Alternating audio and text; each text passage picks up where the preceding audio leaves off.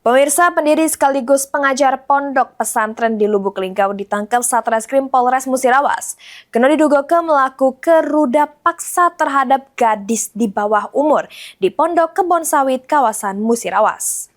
Lebih dari semenjak dia kelas 1 sampai dengan kelas 2, 1 tahun. Lanang berinisial FI yang merupakan pendiri pondok pesantren di Lubuk Linggau sekaligus pengajar ditangkap Satreskrim Polres Musirawas karena diduga melakukan ruda paksa terhadap gadis 17 tahun yang merupakan anak muridnya dewek.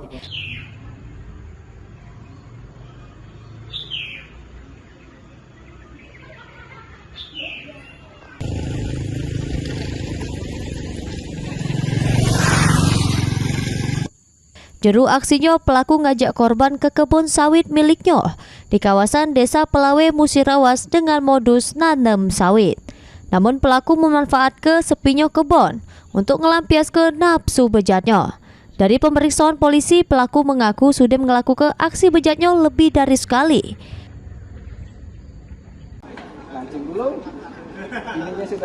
Mengajak korban anak didiknya pergi ke perkebunan sawit di wilayah Musirawas, yang mana dengan ajakan tersebut ikut dan juga dengan modus juga mengajak mancing di lokasi yang sama.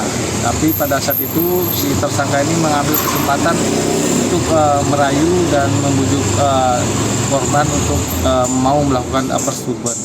Dan persetubuhan ini berdasarkan hasil pemeriksaan penyidik sudah dilakukan kurang lebih sebanyak 4 kali.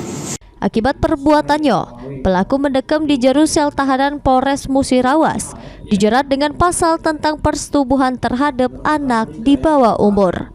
Mulyadi, PAL TV.